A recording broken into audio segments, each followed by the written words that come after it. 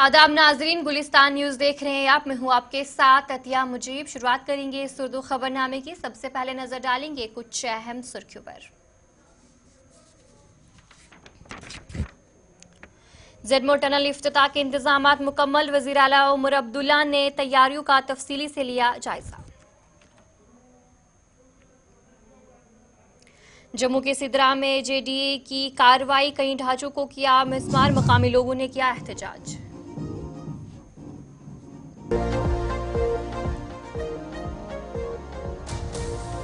जम्मू के अखनूर बटल सरहदी इलाके में तलाशी कार्रवाई, सिक्योरिटी फोर्सेज को मिली थी मुश्तबा अफराद की नकल व हमल की इत्तला।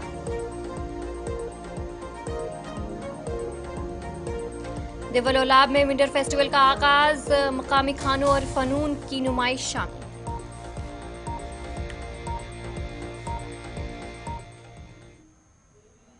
तो चलिए थी कुछ अहम सुर्खियां। अब दीगर खबरों की तरफ रुख करेंगे, जहां पर वज़ीर आज़म नरेंद्र मोदी 13 जनवरी को ज़ेडमो टनल का इफ्तिताह जो है वो करेंगे और सोनामर्ग का दौरा उस मौके पर कर सकते हैं। और इस सिलसिले में ज़ेडमो टनल के 13 जनवरी को वज़ीर आज़म के हाथों इफ्तिताह के लिए इंतजामात को हतमी शक्ल भी दी जा रही है। और वहीं पर आज वज़ीर आला उमर अब्दुल्ला ने सोनामर्ग का दौरा किया और वज़ीर आज़म नरेंद्र मोदी के दौरे के लिए तैयारियों का तफसीली से जायज़ा लिया। वज़ीर आला के हमरा इस दौरे के दौरान वज़ीर आला के मुशीर नासिर असलम वानी और MLA कंगन भी मौजूद रहे, जहाँ पर आपको तस्वीरें भी दिखाने की कोशिश कर रहे हैं कि वज़ीर आला उमर अब्दुल्ला जो है उन्होंने वहाँ का दौरा किया और जो इंतज़ामात हैं उनका जायज़ा लिया। जिस तरीके से वज़ीर आज़म नरेंद्र मोदी 13 जनवरी को ज़ेडमो टनल का इफ्तिताह करने जा रहे हैं और उसके लिए वो सोनामर्ग का दौरा कर सकते हैं। और इस सिलसिले में ज़ेडमो टनल के इफ्तिताह होने से पहले जो वहाँ पर इंतज़ामात हैं उन्हें हतमी शक्ल दी जा रही है। और वहीं पर आज वज़ीर आला उमर अब्दुल्ला ने वहाँ का दौरा किया और इस मौके पर उनके हमरा वज़ीर आला के मुशीर नासिर असलम वानी और MLA कंगन भी उनके मौजूद रहे, जहाँ पर उन्होंने तमाम तैयारियों का जो जायज़ा है वो लिया। वज़ीर आला ख़ुद वहाँ पर पहुँचे और उन्होंने तफसीली से वहाँ का जायज़ा जो है वो लिया। और 13 जनवरी को हर कोई इंतज़ार कर रहा है कि आखिर कब इस टनल का इफ्तिताह किया जाएगा। और वज़ीर आज़म नरेंद्र मोदी 13 जनवरी को वहाँ पर पहुँचेंगे और इसका ख़ुद इफ्तिताह उनकी तरफ से किया जाएगा। और इसी पर हम जानकारी लेंगे, हमारे साथ सलीम वानी ब्यूरो चीफ कश्मीर ज्वाइन कर चुके हैं। सलीम जी बताएगा कि वज़ीर आला उमर अब्दुल्ला खुद वहां पर पहुंचे और उन्हें जायजा लिया, क्या कुछ तैयारियां इस वक्त की जा रही है? देखो अतिया, 2 दिन पहले जब ये खबर जो टनल की इनाग्रेशन थी, जो ही ये कंगन गांधरबल डिस्ट्रिक्ट में फैल गई, तो उसके बाद मुसलसल 2 दिन लगातार जो गांधरबल डिस्ट्रिक्ट है टॉप से टॉप ऑफिशियल हमारी सब डिवीजन कंगन और गांधरबल में पहुंचने लगे। और इसी सबब आज पूरे दिन को आपने देखा कि चीफ सेक्रेटरी अटल डिल्लू, उसके बाद director general IGP Kashmir, ADGP के जॉइंट के सारे डिविजनल कमिश्नर कश्मीर, सारे टॉप ऑफिशियल जो गगनगीर पहुंचे और वहां पे जायजा लिया इंतजाम के। उसी सबब के बाद तो खुद आज Omar Abdullah chief minister Jammu and UT और उनके हमरा उनके एडवाइजर नासिर असलम वानी, MLA कंगन का नशुंसी मियां मेहर अली साथ थे, जिन्होंने खुद वहां पे जो जायजा लिया, जो तैयारियां वहां पे हो रही है। PM नरेंद्र मोदी जो 13 जनवरी को इनाग्रेट करेंगे टनल, ज़ेडमो टनल जो 6.5 किलोमीटर के सफर में है, उसी का इनाग्रेशन 13 जनवरी को होने जा रही है। उसी सिलसिले में आज PM उमर अब्दुल्ला खुद चॉपर के जरिए वहां पे पहुंचे और वहां पे जायजा लिया। उनके साथ साथ डिविजनल कमिश्नर कश्मीर ने उनको पूरी तरह से ब्रीफ किया, जो वहां पे तैयारियां आई उनकी ब्रीफिंग दी पूरी तरह से।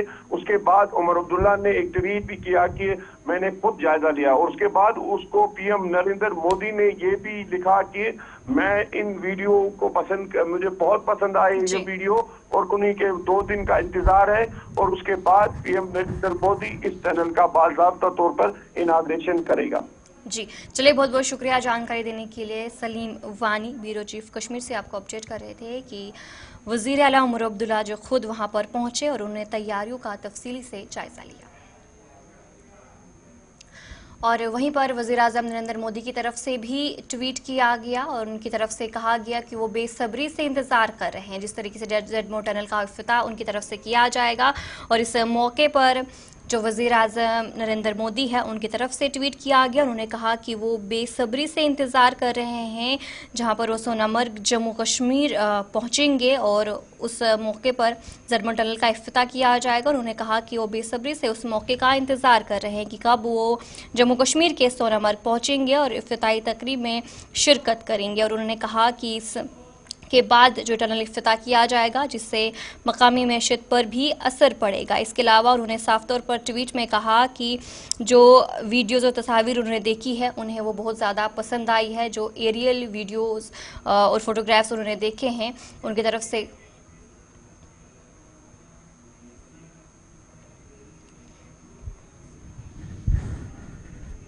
और वज़ीर-ए-आज़म मोदी जिस तरीके से 13 जनवरी को ज़रमल टनल का इफ्तिताह करेंगे और जहाँ पर ट्वीट भी देख रहे हैं जहाँ पर वज़ीर-ए-आज़म नरेंद्र मोदी ने ये ट्वीट उस वक्त किया जब उमर अब्दुल्ला की तरफ से जो एक्स पर उन्होंने ट्वीट किया। उन्होंने कुछ वीडियोस वहाँ पर उमर अब्दुल्ला ने डाली। उसके बाद वज़ीर-ए-आज़म नरेंद्र मोदी ने जो है जवाब दिया ट्विटर पर और उन्होंने साफ तौर पर लिखा कि वो बेसब्री से इंतज़ार कर रहे हैं कि कब वो वहाँ पर पहुँचेंगे, जम्मू कश्मीर के सोनामर्ग पहुँचेंगे और इस टनल का इफ्तिताह करेंगे। और उन्होंने साफ तौर पर लिखा कि इस टनल के इफ्तिताह होने के बाद जो है जो मकामी मैशत है उसे भी फ़रोग मिलेगा। और उन्होंने साथ ही साथ कहा कि जो तस्वीरें जो वीडियोस उन्होंने देखी हैं वो उन्हें बेहद पसंद आई हैं।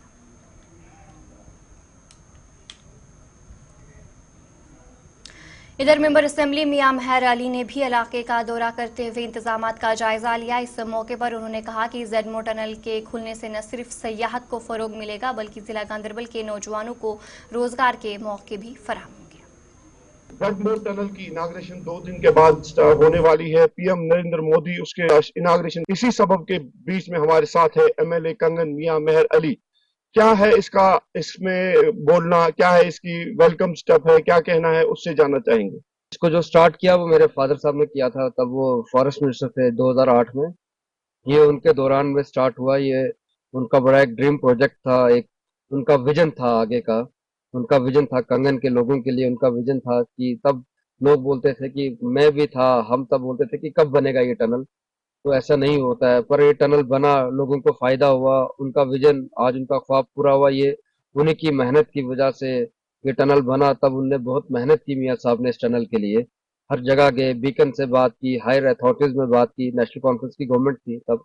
तो उन्हीं की वजह से ये मेन क्रेडिट जो है, मेन जो स्टेप है, ये उन्हीं की वजह से बना। ये एक लीडर का विजन था, उनका विजन था कंगन के अवाम के लिए। तो दूसरा, प्राइम मिनिस्टर साहब का हम बड़ा शुक्रगुजार करते हैं। वो आ रहे हैं यहाँ, हम सब उनका बड़ा वेलकम कर रहे हैं। वो आ रहे हैं, इस ठंड के मौसम में आ रहे हैं, टनल को इनॉग्रेट कर रहे हैं। ये हमारे लिए बड़ी खुशी की बात है। और उसके बाद गांदरबल में जो और डेवलपमेंट प्रोजेक्ट्स आ रहे हैं, हमारा पावर हाउस है, वो भी जल्दी स्टार्ट होना चाहिए। तो हमारी जो ये पांदश वाली जो रोड है, मनीगाम टू पांदश की जो रोड है, वो भी सैंक्शन हो गई है। मैं नितिन गडकरी साहब का भी उसके लिए शुक्रिया अदा करूंगा। वो सैंक्शन हो गई है। मोदी साहब से मेरी एक ही गुजारिश होगी कि मैं चाहूंगा कि लोगों के लिए एम्प्लॉयमेंट जनरेट होनी चाहिए। जो मैं एप्को का बड़ा शुक्रगुजार हूँ, एप्को इंफ्राटेक का, कि जब ये टनल जब बना था तो तब इनने हमारे कई लोगों को मुलाजिम लगाया था। तो मैं मोदी साहब से और नितिन गडकरी साहब से मेरी मोती खैर मकदम है। डोडा में आवाम ने ज़रूरी अशिया की बढ़ती कीमतों पर तशवीश का इजहार किया है। फलों और सब्जियों की कीमतें आसमान छू रही है। मकामी लोगों की तरफ से कहा गया कि डोडा के मुख्तलिफ इलाकों में कीमतों में इजाफा हो रहा है और मुताल्लिका महकमा सिर्फ ईद या दिवाली पर ही कार्रवाई करते हुए नजर आ रहा है। आवाम ने जिला इंतजामिया से कीमतों की रेगुलेशन और मार्केट चेकिंग का मुतालबा किया है।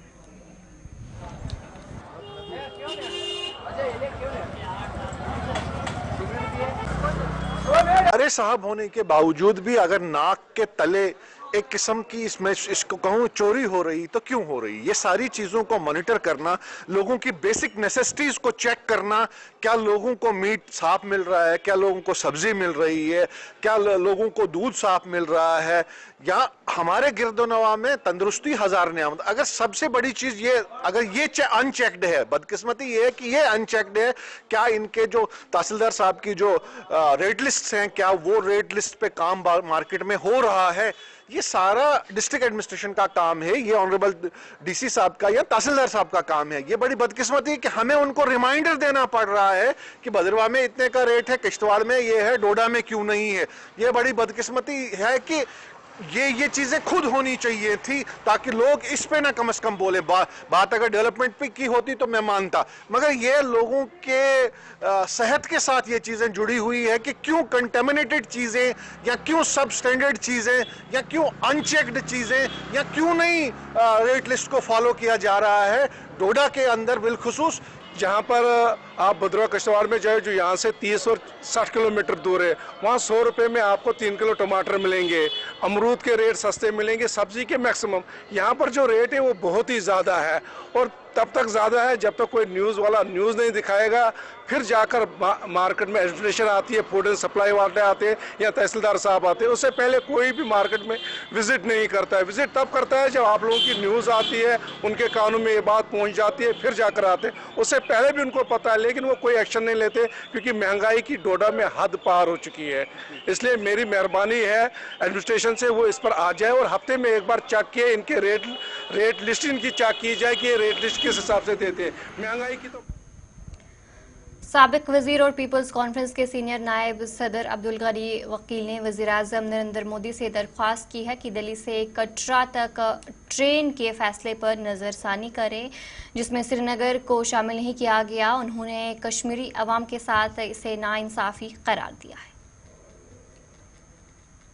फैसला था, इसमें जम्मू की इंटरेस्ट भी सेफ थी और कश्मीर के लोगों की भी इंटरेस्ट सेफ थी। दोनों का तिजारत, दोनों का ट्रांसपोर्टेशन जो है, लोगों को इसमें फ़ायदा था। लेकिन बदकिस्मती से एक हैरानकुन बात है कि अचानक गवर्नमेंट ऑफ इंडिया ने फैसला चेंज किया और अब ट्रेन दिल्ली से डायरेक्ट श्रीनगर नहीं आएगी और न श्रीनगर से दिल्ली जाएगी, बल्कि उनका डिबोर्डिंग और बोर्डिंग जो पॉइंट रखा वो कटरा रखा है।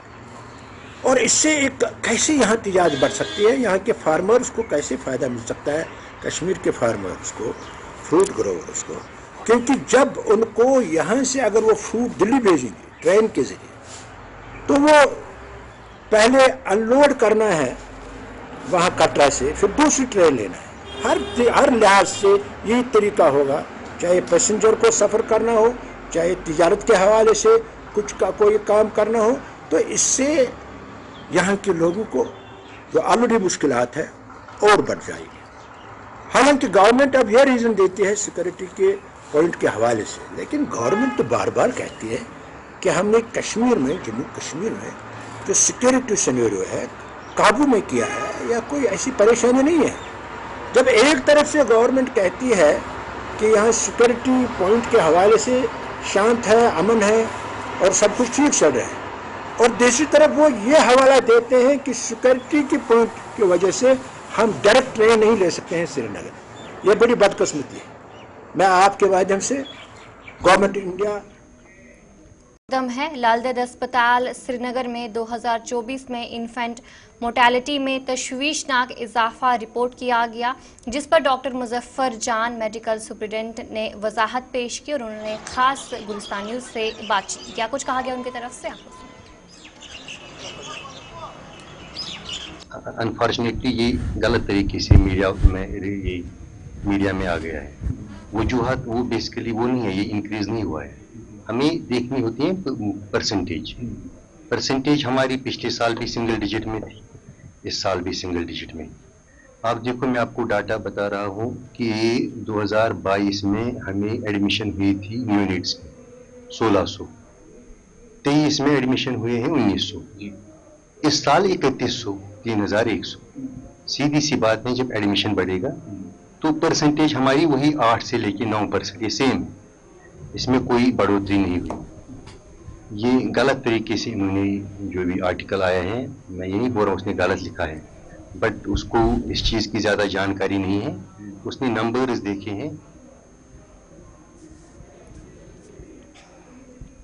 तो चले इस उर्दू खबरनामे में इतना ही। अभी के लिए मुझे दीजिए इजाजत और आप बने रहिए गुलिस्तान न्यूज़।